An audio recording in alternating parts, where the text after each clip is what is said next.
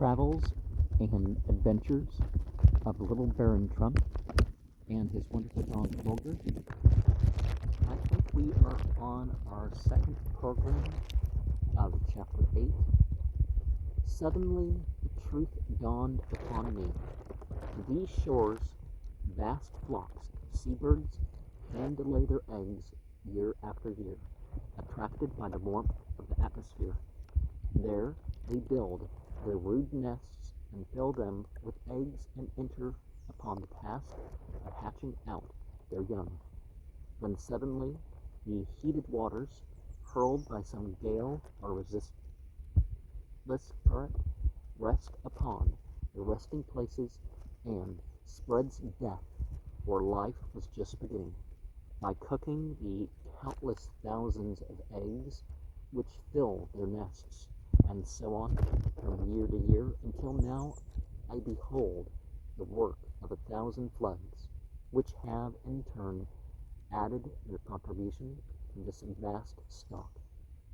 While standing on the shores of this wonderland, one morning gazing out across the steaming surface of Neptune's cauldron, several of my crew came running toward me with startled mien and a great outcry, all pointing skyward.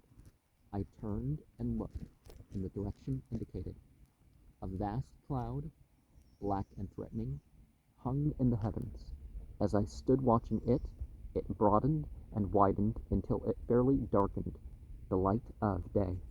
My men were now on their knees, uttering the most piteous lamentations, for they imagined the end of the world was at hand. I commanded them sternly to leave off their wailing and groaning, for I saw that the great black cloud was simply an enormous flock of birds, of what species I could not then tell. Nearer and nearer they came, with the sound like the rushing of wild winds.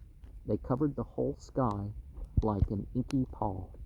It was evident to me that they intended alighting upon the shore of the cauldron, and fearing lest their immense numbers, in settling down, might smother us, I called out to my men to stand by the ship's launch. There was no time to lose, for as we pushed out from the shore, tens of thousands of these birds, a species of crow, but twice the size of those at home, began to settle down in long rows as far as the eye could reach. For the first, now I noticed that every crow held something in its claws. I looked again and saw that each of these birds carried an immense mollusk, fully as large as a watchman's club, and something the same shape. Imagine my mingled surprise and amusement upon observing that those in the first row were now making for the water's edge. Approaching cautiously, each crow thrust his mollusk into the shoal waters of the cauldron and stood by, with eyes sparkling with joyful anticipation, to watch for results. He had not long to wait. Unaccustomed to the great heat of the water, the mollusk soon began to open its shell, first cautiously, but as the hot water poured in upon it with great precipitation, fairly with a snap, waiting for a moment or so, until the hot water had curled the animal quite free from its shell. The fastidious birds then partook of the savory contents, gave a few caws of grateful acknowledgment, and withdrew to make room for the next row. This changing places, cooking of provisions, and feasting lasted for half a day. By that time, the entire flock had exhausted its raw material. Then, with deafening cries and loud flapping of pinions, these feathered epicures rose into the air and disappeared as they had come. Fain would I have prolonged my stay upon the shores of Neptune's cauldron, but I observed that the steam from the waters was disagreeable to Bulgar. With speaking eyes, he implored me to hoist sail and seek some, to him, pleasanter land. I could not withstand that appeal. So I made a farewell survey of the egg mounds, gazed my last at the red-shelled crustaceans and chalky-eyed fish of the cauldron, and went aboard of my staunch vessel. Heading now westward, I crowded sail, intending to hug the China coast pretty closely on my homeward voyage. All went well for the first few days after leaving Neptune's cauldron. Bulgar ranged the deck, playing the maddest capers. Thoughts of home now began to occupy my mind. The elder Baron was growing old. I felt that I ought not to prolong my voyage. He might be in need of my counsels. Suddenly one day at high noon, the skies darkened. The winds sprang up. I thought nothing of it. It will only be a mad romp, which will serve right well to blow us along homeward. But oh, what a short-sighted creature is vain man, who thinks to read the signs of the skies, the winds, and the waves. The merry whistling of the wind soon gave place to the dismal howl of the blast. The storm fiend was stalking abroad. The startled waters now leaped wildly up from their beds, rolled tumultuously onward, whipped into foam and fury by 10,000 lashes of the blast, till, in their mad efforts to escape, they dashed themselves against the very clouds. The scene was terrible. 'Twas useless to command, for not a throat of steel could have drowned the wild yells of the tempest. To my horror, I discovered that we had sprung a leak. The pitch and tar, softened by the heat of the water in Neptune's cauldron, had bulged from the ship's joints, and allowed the caulking to escape. Like a sheet of cardboard, our rudder was now torn from its place, and whirled away on the crest of a giant billow. Behold us now, at the very mercy of the storm, the plaything of wind and wave, a cockle shell fallen on the battleground of nature's waning elements. Bulgar laughed. To the rigging by my side, uttered no plaint, no cry of fear, no sounds of distrust. I could see that his speaking eyes were following me about as much as to say, I am not afraid, little master, so long as you are by me. I could feel my heart thump out aloud, thank thee, dear, faithful little friend. From time to time I passed my hand caressingly over his head and neck. His tail moved sadly, but I knew its meaning. It meant, little master, I am ready to die. Most willing to die. If I can die with you by my side. It really seemed as if his love was about to be put to a final test, for the dreadful cry of breakers ahead was passed from man to man till it reached my ears. It was only too true. Their roar now broke upon my ears, faint, low but deep, terrible, half like distant thunder, or the growl of some gigantic beast of prey. In a few brief moments we were on the reef. With a terrible crash, our staunch little vessel leaped upon the rocks and wedged herself in tight and fast between two jagged ledges. The relentless sea now broke over and over us. Oh, if the day would only break, I murmured. Possibly we might find some means to reach the mainland. To stay here simply means destruction. After hours of the severest suffering, for every sea which broke over us seemed as if bent upon the fell purpose of tearing our limbs from their lashings. Day came at last. I discovered now it was about a quarter of a mile from the mainland. With my glass, I could distinguish great crowds of people running hither and thither on shore, but they made no effort to send us succor or to encourage us to cling to the wreck until the storm should abate. What was to be done? With a fearful crash, our masts now went lies aboard. Our ship was showing signs of breaking up. Neither threat nor reward could move any one of my men to attempt to swim ashore with a line. The sun now burst forth in a blaze of golden light. I could feel the tears gather in my eyes as I looked about and saw the sad ravages of wind and wave. Although the storm had abated somewhat of its fury, there was no time to be lost. Dread creakings of the ship's timbers warned me to leave the wreck ere I should be crushed against the rocks. Only disorder and confusion seemed to characterize the movements of the crowds gathered on shore, while apparently aware of the terrible import of our signals of distrust, they showed no inclination to risk their lives in trying to save ours. Turning to Bulgar, I cried out, "O dearest Bulgar, thou tried and true friend, companion of my sorrows, and sharer of my every joy, thou alone canst save us. Thou alone canst rescue thy loving master and these poor wretched creatures from impending death. I know thy courage, I know thy affection. In thy radiant eyes I read thy willingness to do or die. From his earliest youth I had trained Bulgar to be a bold and skillful swimmer.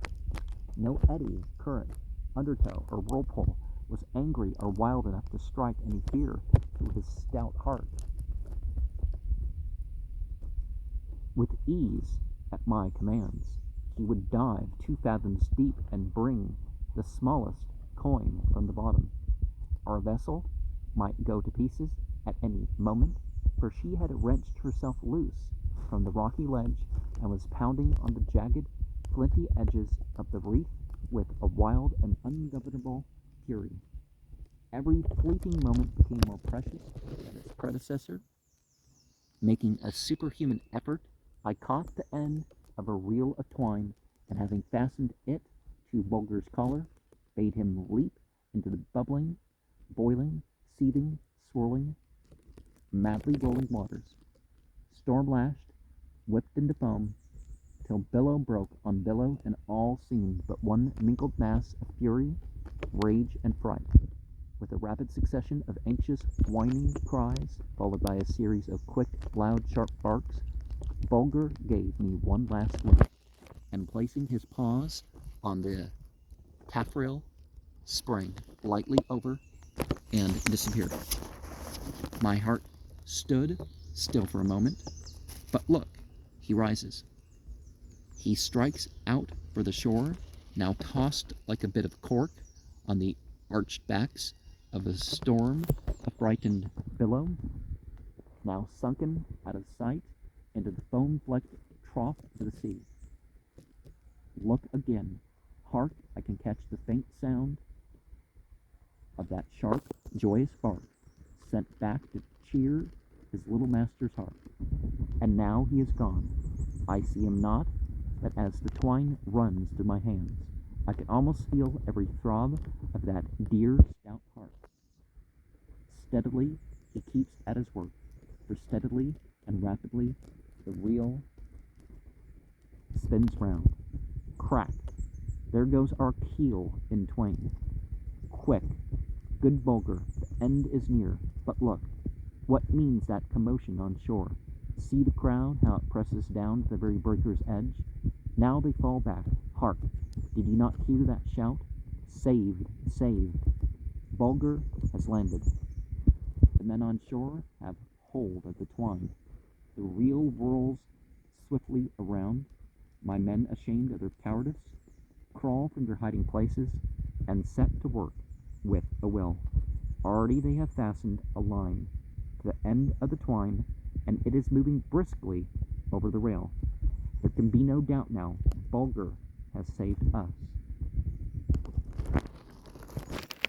Springing into the main shrouds and shielding my mouth from the gale with my hands, I called out to my men, "Stand by the hawser, make fast the line, now heave, oh, let go all." With an angry splash, the hawser fell into the sea, and was soon on its way shorewards. And this was the way Bulgar saved the life of master, mate, and 12 seamen. I was the last man to leave the ship. As I did so, she shook herself loose, drew back, ran hard on the rocks with such a terrible blow that she broke into pieces as if struck by lightning bolt or some gigantic hammer wielded by an unseen Thor. With a wild cry of joy, Bulgar met me as I was drawn through the breakers. I threw myself on my knees and covered him with kisses, while tears rolled hot and fast down my cheeks. The people of the land gathered group-wise about us and watched our interchanging of caresses in deepest silence, agitating their thumbs and twitching the corners of their mouths. What land is this? Where are we, good people? I inquired after this first outpouring of love and gratitude had spent its fervor. Bold barbarians, replied one of the nearest group, whose richer dress bespoke the man of rank and authority. Thou standest on the shores of the mighty domain of Kublai, child of the sun, lord of the imperial yellow garb, knight of all the buttons, man of the sacred countenance, successor to all the glories of his ancestors, now guests of heaven, source of all law and equity, and chevalier of all the orders. And we are his wretched, miserable, unworthy, good-for-nothing slaves. Whereupon the entire multitude performed the kowtow. So then, I cried, most puissant, noble, and altogether delightful sir, at the same time, performing the kowtow with that grace which only the genuine citizen of the world can command. I stand upon the sacred soil of the mighty Chinese emperor. A bold barbarian, answered the speaker, in the province of Guangdong, in the district of Yangqiang, of which I, so too, Mandarin of the white glass button, am imperial superintendent. Hearing this, I begged so too to give me leave to speak, which granted in a brief but eloquent speech, well larded with all those savory epithets so sweet to the ears of an official in that land. I told him of my illustrious family, my strange desire to scour the remotest seas and least visited lands for marvelous things, how I had sailed in search of Neptune's cauldron, of the strange things seen there, of my setting out on my voyage homeward, my encounter with the storm fiend, and last of all, my shipwreck on the shores of the boundless dominions of the child of the sun.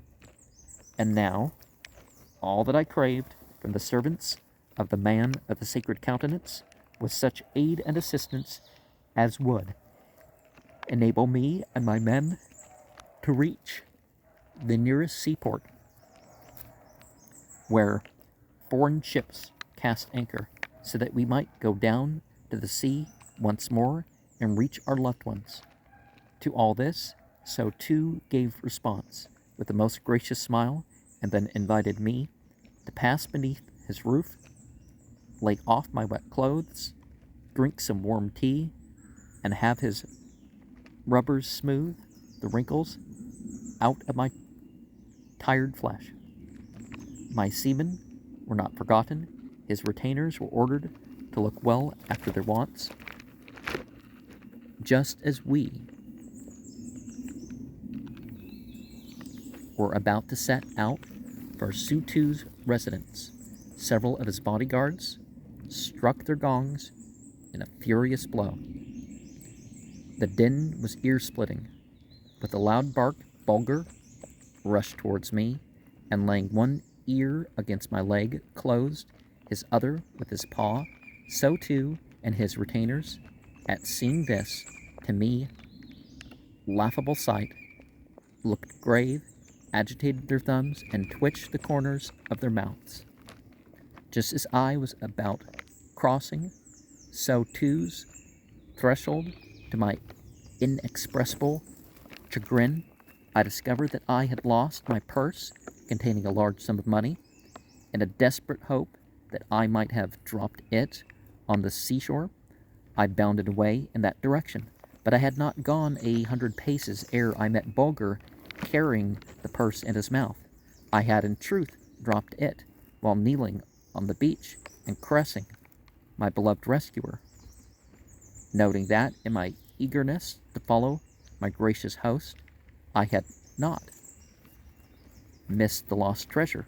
Bulgar had driven away several of So Two's retainers, who manifested a desire to appropriate the pouch of gold to their own use, and picking it up in his teeth, had raced after me as fast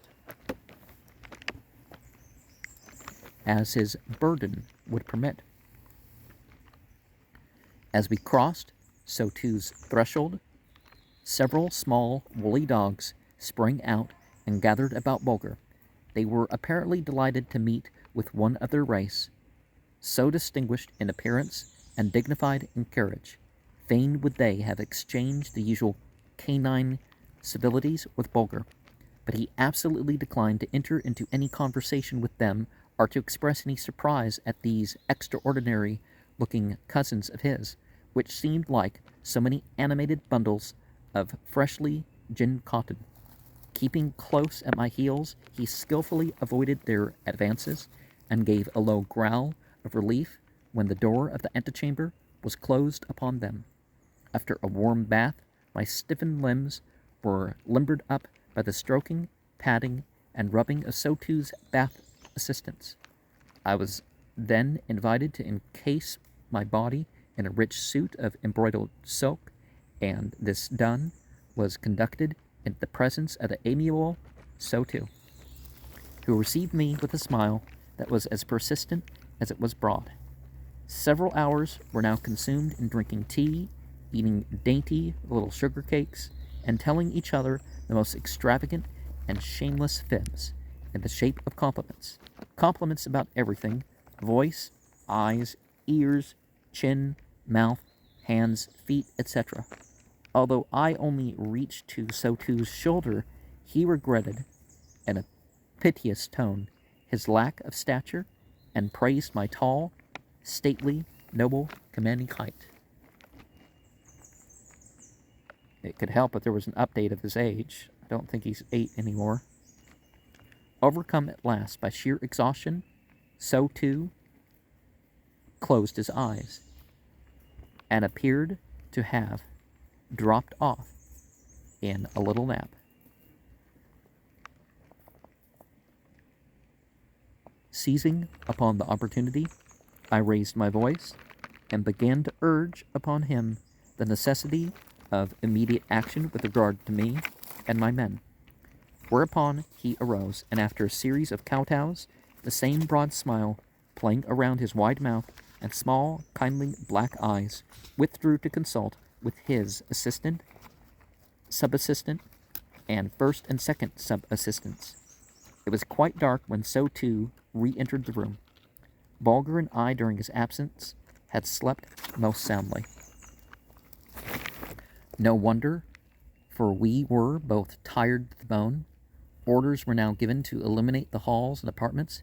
In a few moments, thousands of the most brilliantly colored and quaintly decorated lanterns shed a delightfully soft glow over everybody and everything. Again we took our places around the superbly decorated table, which held the paraphernalia for brewing tea, and the exquisitely painted cups and saucers of egg-shell thinness, and the tea-drinking and cake-eating were resumed. Again I skillfully turned the conversation to the subject of my departure for the nearest seaport. Again So Two arose and backed out of the room for the purpose of holding another consultation.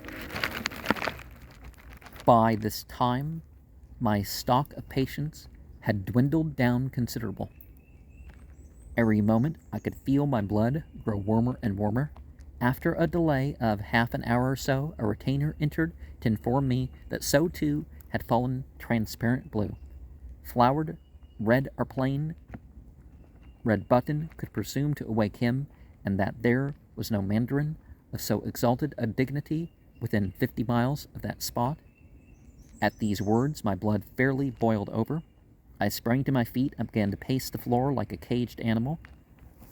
Coming to a halt in front of a tall lacquer cabinet, loaded down with costly porcelain cups and vases, I raised my foot and, kicking out vigorously, toppled the thing over on the floor. The crash was terrible. I was really startled, for I was afraid I'd knocked half the house down. But I had the satisfaction of seeing the mandarin come rushing into the room, followed by assistants, sub-assistants, gong beaters, sword bearers, head shavers, ear ticklers, tongue scrapers, nail polishers, and skin rubbers, besides many others of his retainers, whose offices and callings were unknown to me. "You have deliberated, now decide," I exclaimed in a tone of voice that for depth and volume would have done credit to the hero of a blood-curdling drama. And at the same moment I placed the sole of my foot against another cabinet, quite as lofty as the one I had just toppled over, and quite as richly laden with curios, vases, and ivories. So too was now wide awake, and not at all anxious to see this second cabinet share the fate of the first. "Thy foot to its place," he called out, waving me to a seat, and placing himself between me and the threatened cabinet. "Thy foot to its place, my gracious benefactor."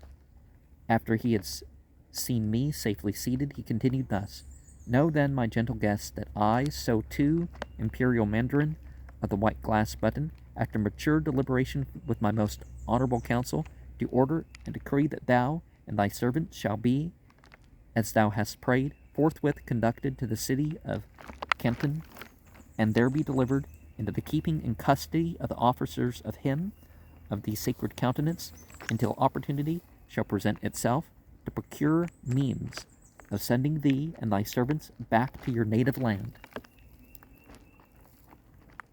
Obviously, dude was upset then, because breaking the laws, you know. Here I bent my body in token of my profound gratitude. The mandarin likewise made a low obeisance, and then continued: "I do further decree that the evil spirit which attends thee in the shape of a dog shall be at once bound with chains and cast into prison, there to await his trial for witchcraft." Had so too plunged a two-edged knife into my vitals, I could not have felt a more agonizing hurt. "Bulgar, my beloved, arrested? Witchcraft? Chains? Prison?" I stammered out. "I have so decreed," calmly replied So too. "Oh, no, no, no," I cried. "It cannot. It must not be. He is no evil spirit. No evil dwells in him." Yeah, dogs are innocent. So, he is but a simple, loving, intelligent dog. I crave suspension of this terrible decree. What hath he done? O beloved Bulgar, is this thy reward for saving 14 human lives? Is this the way in which thou art to be repaid for all thy courage, thy love, thy devotion? Oh, no, no. Kill me, if you will, cruel stranger. Thrust me into a prison cell, but spare Bulgar. Spare him." I could say no more. It grew black before me. A fit of vertigo came upon me. I staggered, reeled, fell lifeless to the floor. When I came to my senses, So too's servants were busy rubbing and chafing my hands and feet and burning pungent wax beneath my nostrils. A pungent wax beneath my nostrils. Bulgar, uttering the most piteous and anxious cries, was hastening from one side to the other, pausing now and then for an instant to lick my hand or face, I sat upright to collect my senses.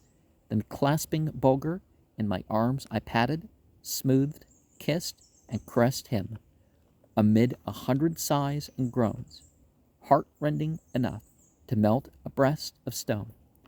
Then, throwing myself on my knees in front of So-Too, I implored him to be merciful, to spare a faithful, loving being, whose heart was as free from guile as the flinty rock from tenderness, whose life had been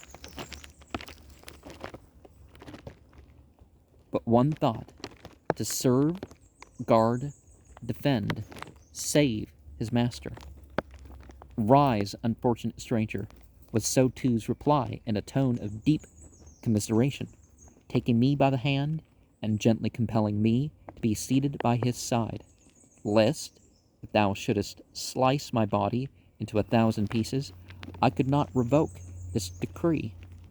Know that in this land of the child of the sun, a magistrate may not unsay his words. Mercy belongs to him who dwells in higher places. This creature which thou lovest so hath been adjudged to be an evil spirit. It is a favorite form of theirs, for as the dog is man's close and trusted companion, malevolent spirits are most likely to assume that form when desirous of obtaining admission to his house and heart in order to work his ruin. This wild and unreasoning affection for thy dog proves only too clearly that the evil spirit which dwells within him has already drawn the black lines of his mysterious art thrice around thy soul. Thrice 3 times will complete his dread purpose. Thou wilt then be lost forever. 'Tis well that some good spirit of the air or water hath delivered thee into the keeping of the child of the sun, for now upon the trial in the imperial chamber of perfect justice thine eyes will be opened. Thou wilt be fully persuaded that an evil spirit of tremendous size and fearful power is squeezed in that small creature." "Never," I exclaimed with flashing eye and glowing cheek. So-Too smiled faintly, and laying his hand upon my arm continued, "Soft, illustrious guest, thou forgettest that perfect justice dwells in the bosom of our gracious monarch. His ministers and judges have tongues, but they are not their own. They only utter the thoughts of the imperial mind. Therefore, what they decree must be right. And if the court," I inquired with bated breath, "should decree that some evil spirit hath taken up its abode, as thou claimest, in the body of my faithful Bulgar, what would be the penalty?" "Death," whispered So-Too. And is this thy boasted justice?" I cried, with tear-bedimmed eyes, "to condemn a dumb creature to death, with no voice to plead for him?" "Nay," interposed So-Too, "thou shalt speak for him. Thou shalt be heard in his behalf. Thou shalt be his advocate. For this mercy," said I, "my heart empties its thanks at thy feet, and if my words, my pleading, prove not powerful enough to avert the fearful penalty thou hast named, the executioner shall but whet his axe on that small neck, for I shall lay my head beside this dearer head than shoulders ever bore, blow out the spark that illumines those loving eyes, and all this great world could not light a fire bright enough to cast the gloom out of my life." So-Too shook his head mournfully, but made no reply. Calling my men to me, I spoke as follows: "Go, honest souls. I cannot be one of you. Return to your homes and firesides. An imperial escort will conduct you to the port of Canton. There, beneath some friendly flag, you will find means to reach your native land. Peace and good fortune go with you." Then turning to my first mate, I added, Seek out my father, the elder baron, impart unto him the story of my shipwreck, the arrest of Bulgar, and my firm determination to save him from the terrible fate now impending, or to die with him. The elder baron knows my love for Bulgar. He would deem me a degenerate son of his illustrious house were I to abandon this faithful companion of my dangers and sufferings to so unmerited a fate. Go, place this signet ring on thy finger, deliver it to my mother with my most dutiful and humble greeting. Be wise, be brave, be honest. My men now formed in single file, and as they passed in front of me, each one paused and pressed my hand to his lips. Bulgar, too, was ready for the leave-taking. Mounted upon a chair at my side, he extended his right paw to each seaman. Tears streamed down their weather-beaten faces, and they invoked blessings on the head of their brave little companion, who had saved them from a deep grave in the briny waters. Scarcely were they out of my sight when a deafening beating of gongs announced the arrival of the guard. My heart slipped from its resting place. A cold sweat gathered in beads on my temples. It was only with the greatest effort that I could draw breath enough to keep me from sinking lifeless to the floor. So too murmured a word of sympathy. At the sight of the gaolers and the sound of the chains, I uttered a piercing cry and threw myself on my knees with Bulgar, clasped tightly in my arms. Poor innocent beast, he was, utterly unable to comprehend the actions of those about him. He shall be well treated, murmured So too. Fear not for his safety or comfort. The gaolers now advanced, and stooping down, clasped the delicate manacles, which were of polished silver, upon Bulgar's feet.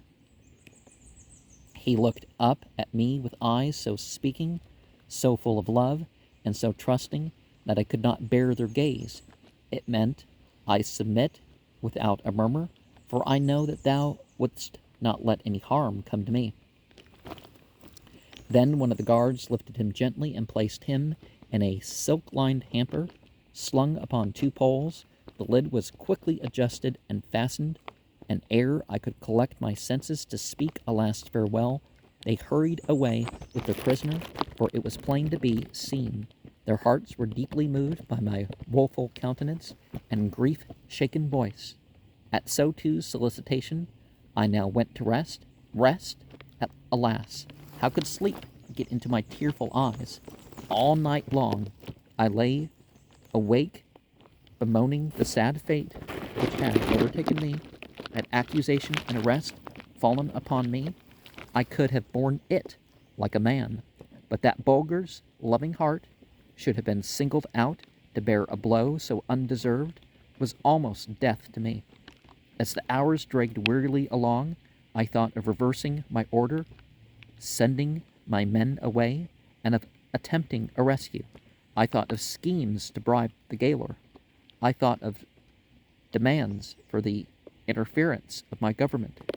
I thought of an appeal for mercy directly to the emperor himself. When day dawned, I was utterly exhausted and sank back upon my pillow with a groan. Anticipating my inability to get any rest for my throbbing brow and fever-heated limbs, So too was early at my chamber door with his attendants.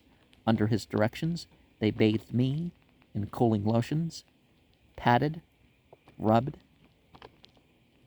and chafed my limbs, fanned me, stroked my wrists and temples, gave me draughts of quieting powders, and gently pressed my eyelids down until gradually I sank into a deep sleep which lasted quite until high noon. I awoke with a strong heart. Now I was myself again. My sorrow had not grown less, but for the time being I was master of it. So too met me with a broad smile, I kowtowed profoundly.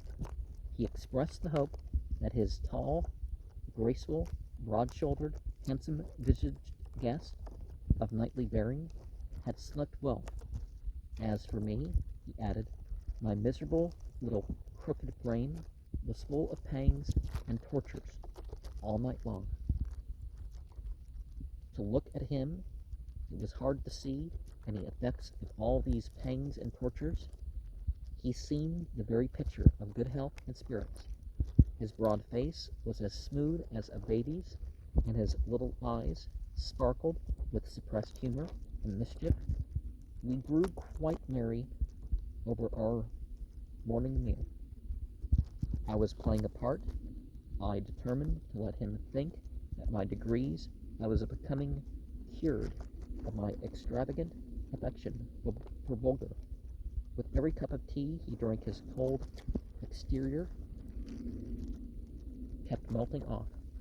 I felt that if I left him quite to himself, he would give me a clearer view of his inside nature than if I attempted to draw him out by leading questions.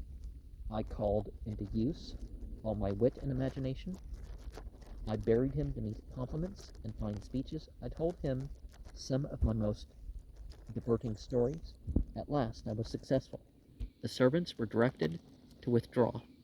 So too now assured me, in the name of all his ancestors, that I was the most delightful guest that had ever sipped tea beneath his roof. He entreated me to honor him by rising and placing my tall, graceful, knightly form alongside of his miserable, puny little rack of bones. I made haste to accept the invitation, protesting, however, that I was quite overcome by the honors showered upon me. He maintained with equal pertinacity that he was utterly unfit to occupy a seat by my side. So we continued our war of compliments.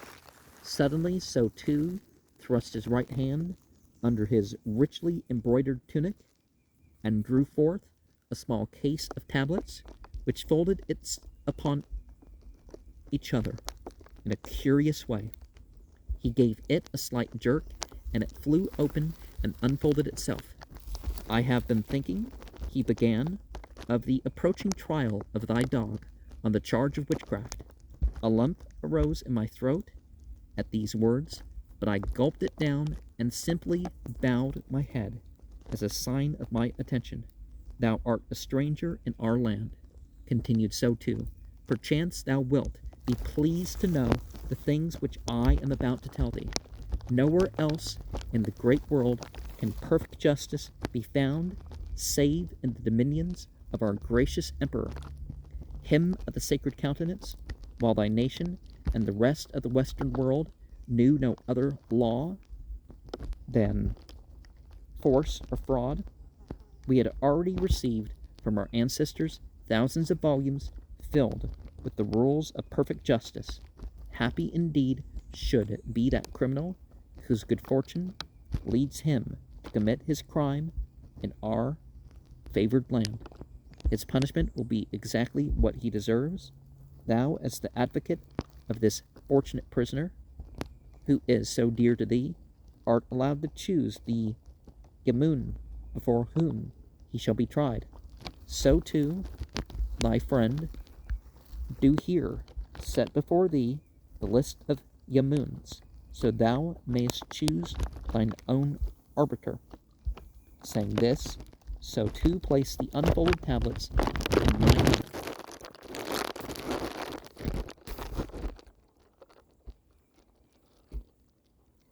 and then dropped off into a gentle doze. I scanned the list with mingled awe and curiosity. It read as follows: the list itself, all by itself, of and nothing else, only the just judges, all by themselves, followed by nothing else. 1. Lingbas, a just judge. 2. Huang Chong, a just judge. 3. Pu Pu, a just judge. Okay, the second. S-H. 4. Wasat, a just judge. 5. Lungtung, a just judge. 6. Keen Chop, a just judge. The list of just judges and nothing else. Thinking that, so too was sleeping soundly, I half unconsciously murmured to myself as I glanced at the first name on the list, Ling Boss, a just judge, when to my great surprise, which, however, I was careful not to show, so too, without opening his eyes, spoke as follows. A just judge, a very just judge, but a dangerous one.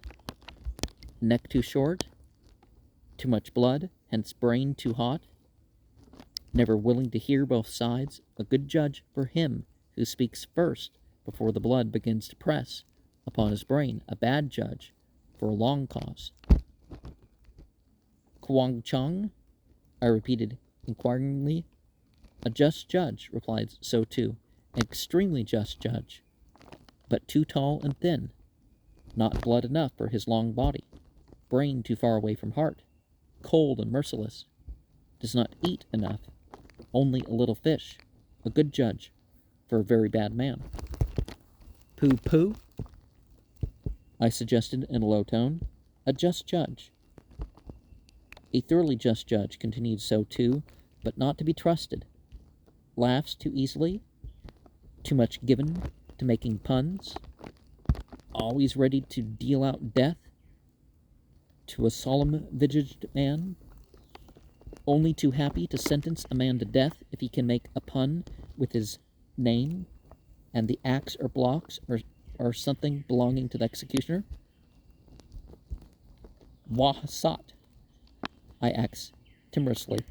A just judge, an entirely just judge, said So too, apparently half overcome with sleep, but a judge to be avoided.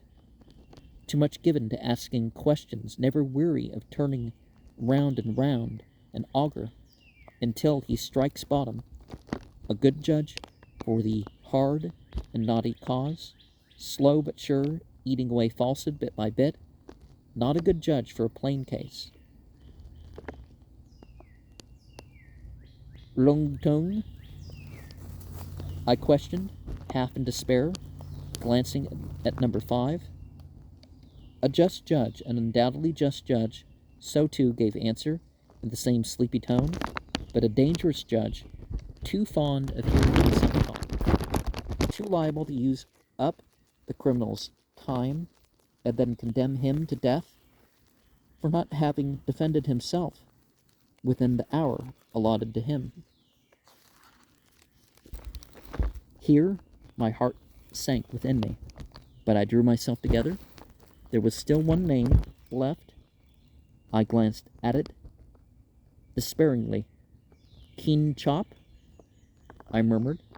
A just judge, a perfectly just judge, remarked So too with a slight increase of animation. A flower, a pearl of a judge.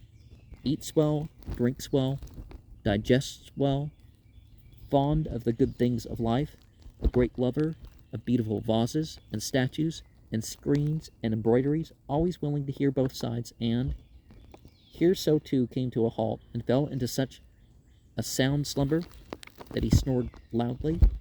I waited patiently for him to finish his nap.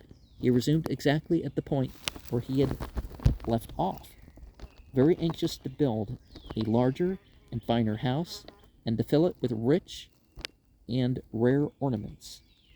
Again So too dropped off, not to be outdone by him in apparent indifference at the matters under discretion. I likewise gave way to a feeling of drowsiness and was soon fast asleep. How long we slept, I know not, but when we awoke, my mind was perfectly clear on one point. I turned to So too and said, I am resolved. Keen Chop is a just judge. Let him decide Bulgar's fate. 3 days long and anxious ones for me went by before I was accorded a hearing in the Hall of Justice. So too made great efforts to amuse me and turned my thoughts away from the poor, innocent captive. But all in vain. Those dark, lustrous eyes were always fixed upon me. Day and night they kept repeating the same question. Dear little master, what does it all mean? I know you will not desert me, but why must I be so long separated from you? At last the long-wished-for hour arrived. I was escorted to the Hall of Justice by a band of So-Two's retainers. A seat was assigned me in front of the platform, which the judge and his suite were to occupy. The vast chamber was crowded with clerks, officers, gong-beaters, accused and accusers, but a deep silence rested upon them all. As I walked to my seat, a subdued murmur ran over the multitude, for Bulgar's case was in everyone's mouth, and I could see that my youthful appearance excited great surprise. Suddenly, the beating of gongs announced the arrival of the judge. King Chop entered the Hall of Justice with a majestic tread and solemn air, partly the effect of a pair of huge spectacles which were held astride his nose by heavy silken cords, and tassels passed over his ears. He was followed by a vast array of clerks, servants, and attendants. There were ink bearers and pen bearers. There were fan bearers and book bearers. There were foot rubbers to chafe his feet in case they got asleep from long sitting.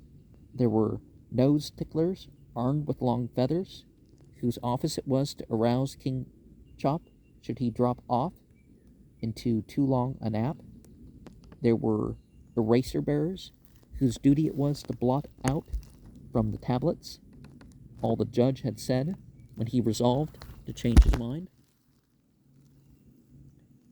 Let the vile, miserable, wretched accused be brought into the august presence of King Chop, the just judge, cried one of the court officers in a loud voice. After a few moments' delay, the wicker hamper, which contained my faithful Bulgar, was carried into the chamber through a side entrance, set down in front of the judge, and Bulgar lifted gently therefrom and placed on a table at my side. The silver manacles were still attached to his feet. My heart stood motionless as I heard the rattling of the chains, which ran from leg to leg. I had steeled myself to appear calm, but in spite of my efforts, the tears trickled down my cheeks. Bulgar gave a start as his dark, lustrous eyes fell upon me, and he uttered a long, low whine as if to ask, "What does all this mean, dear little master?" And then he raised his right paw as high as the chain would permit and held it out for me to shake, as was his custom, and craving forgiveness for some mischievous act which had displeased me. I pressed the outstretched paw long and tenderly. "Doth the prisoner confess his guilt and humbly beg for mercy at our hands?" inquired King Chop, turning his huge eye-glasses full upon Bulgar. Whether it was the disagreeably shrill and creaking tone of the judge's voice, or the glitter of the large glass discs set in front of his eyes, which displeased Bulgar, I know not. Certain it is he made answer for himself with a single loud and angry bark. King Chop was so startled that he dropped his smelling salts and motioned to his fan-bearers to cool his heated face. "Silence!" roared one of the gong-beaters, giving a deafening thump upon his gong to inspire respect, and at the same time fiercely agitating his bristling eyebrows and mustache. Eos. "My lord judge," I said, performing the kowtow, "I crave consent to speak for the prisoner. He is not guilty of witchcraft nor doth any manner or kind of evil spirit dwell within his body. He is a true and faithful servant, and a companion of mine, perchance. And the usual intelligence. As his defender, I call for the proofs of this most unmerited accusation. Keen Chop now fell asleep, but after a few moments his nose tickler succeeded in arousing him. Let the proofs be read, spake Keen Chop, in a slow and measured tones. One of the clerks arose, he unfolding a huge sheet of paper with wooden rollers fastened at the top and bottom like a window shade, began to read in a drawling, sing-song voice as follows. Proof first, that the prisoner did, without any command, upon reaching the shore from the wreck, proceed to bite the twine attached to his collar in twain, and taking up the end in his mouth, pass by a group of imperial officers, and a group of merchants, and a group of artisans, and a group of idlers, and make for a group of sailors, at whose feet he laid down the end of the twine. Proof second, that the prisoner did, at the sound of the official gong, unlike the animals of his race dwelling among us, manifest great displeasure and ill humor, rush towards his master, lay one ear against his master's body, and close the other with his paw. Proof third, that the prisoner did, on the same day, in the presence of imperial officers, without any command, pick up a purse of gold dropped by his master, and restore it to him. Proof fourth, that the prisoner did, on the same day, in the presence of imperial officers, upon crossing the threshold of the Lord High Mandarin, so too, unlike animals of his kind, contemptuously and disdainfully reject the kindly welcome and friendly greetings given him by his Excellency's dogs. I confess that as the clerk of the court finished reading these proofs, my heart rose slowly into my throat. They were in good earnest, proofs of far more than the usual intelligence of animals of his race. I was staggered by the amount of proof they had collected, while I felt that I should have difficulty in persuading King Chop that all this was only the result of careful training, aided by a special aptitude on Bulgar's part. I was very careful not to betray any nervousness or lack of confidence. I called for some tea on a pleading of needing refreshment, but really to gain time to collect my thoughts and get myself together after such a staggering blow. Meanwhile, Keen Chop dropped off into a calm doze. I finished my tea and sat waiting patiently for the nose tickler to arouse him. When I saw that Keen Chop was wide awake again, I arose with great dignity, and placing myself beside Bulgar, who was watching my every movement and listening to my words with an almost painfully anxious expression, which meant only too plainly, "What does it all mean, dear little master?" I began as follows. My Lord Judge, most ancient, antique, and venerable patriarch, stricken in full 50 of honorable years, thy snow-white locks bespeak thy wisdom. The fact of the matter is, Keen Chop was quite a young man, and so far as I could see, had no hair at all on his face or head, save a scanty pigtail. But I knew how flattering it was to a magistrate to be called old and venerable, hence my desire to make a good impression at the very outset. My mother's breast knows no other child than me, and I no other brother than this faithful creature, whom heaven, for its own good reasons, hath set upon 4 feet, but who, if the strength of love could not lift him up, would walk beside me, our 2 hearts on the same level. O venerable judge, whose wisdom, like fair fruit red ripened in the autumn season, is now so ennobled by the flight of time, thou knowest what love can do. Thou knowest full well how it can so steel the thin beak of the mother bird, that the merciless talons of the hawk have no terror for her. Thou knowest better than this poor bit of humanity which now pleads before thee, that man's spear hath not point sharp enough to drive the bear from her cub. Thou knowest how the timorous sparrow, to shield her nestlings, will face the viper's horned crest, forked tongue, and stony eye. And what shall I say of this faithful creature's race? When lived there one of his kind that was known to desert a poor and humble master for a richer one, or to refuse forgiveness for a rash and undeserved blow, where else can human hearts invest their love and draw such usurers' rates as here? We were babes together, the same sunbeams that danced a welcome on my awakening into life found him, too, just arrived. Of quicker growth, he was his brother's keeper. I gave him all my love, for no other playmate was there to share it. I planted better than I knew, for on the thankful soil of his true heart, that love of mine struck such deep and vigorous root that it gave of its strength and power to his brain. Love hath so sharpened thought that it hath grown wondrous strong.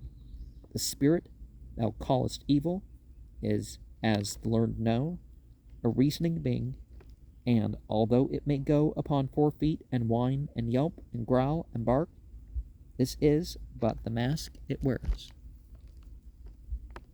O aged judge in the vast storehouse of whose mind experience hath piled wisdom many stories high, thou wilt ere long believe me, for I shall make it most plain to thee, that this faithful, loving animal is not gifted with the mysterious power of reason. True, most true, nature hath widened his vision, but not removed its boundaries. Mark now, O learned patriarch, how easy a thing it is for truth to pierce the armor falsehood wears, for gird she ne'er so tightly. There are always some joints that will not come together. If my poor weak mind be not strong enough to brush away the so-called proofs of this evil spirit, then let me be withered by the flame of thy just indignation. This creature loves me. Not the vigor of 10,000 human hearts blent in one could yield a warmer love than his for me, and yet behold how short its vision is. This curious firearm was given me by a Turkish merchant whose life I saved in a brawl. I have so set it that a feather's weight will discharge it, but first I smeared some sugar paste upon its trigger. Lo, I turn it toward my breast. If this creature now hath but the faintest glimmer of impending harm to his beloved master, he will refuse to lick away the sugar paste. A death-like sentence fell upon the assembly. I held the firearm out towards Bulgar. In an instant he scented the sweet odor of the paste and thrust his tongue out in several unsuccessful efforts to reach it. A sharp explosion rang through the great hall. I stooped and picked up the ball, which had flattened itself upon a steel plate hidden beneath my robe. Bulgar's amazement was not so great as King Chop's. He made signs for refreshment. Tea was hurriedly served. 100 fans wafted the sulphurous vapor away from his nostrils. Once more, a wiser judge than ever in western lands shed the radiance of human wisdom on things dark and obscure. Behold how I tear away the weft of falsehood, which some ingenious mind would have this august tribunal adjudged to be pure truth. Here on this salver I hold some toasted bits of coxcombs to this creature's taste, the daintiest morsel which nature and art can unite in producing. Catching a sniff of his favorite dish, my good Bulgar began to bark and whine and strain his manacles to their utmost in wild endeavors to reach it. I held the salver out so as to permit him to reach a few pieces of the toothsome food. He was now beside himself, one moment begging, coaxing, pleading, the next scolding, threatening, expostulating. No doubt he was very hungry, for it was hardly to be expected that the prison messes would suit his dainty palate. Most venerable judge, I resumed, as thou well knowest, evil spirits hold in great repugnance and dread all subtle and mysterious brews and poisonous compounds with which man strives to display or destroy them. Look now, I sprinkle this coveted dish before his very eyes with a powder so deadly and direful in its effect on life that this weak hand of mine holds power enough to change this mighty hall, filled with light and life, into one vast charnel house, and again I bring the food within his reach, covering it with a sheet of glass, lest his ardor outwit my vigilance. Bulgar now fell upon the plate of glass which covered the food with renewed impetuosity, giving vent to sharp cries of disappointment as he vainly endeavored to lick up the tidbits, rattling his chains as he strove to scratch away the glass which kept him from his expected feast. Commanding him to be silent, I uncovered the dish and set it within reach of several dogs which I had caused to be tied near at hand.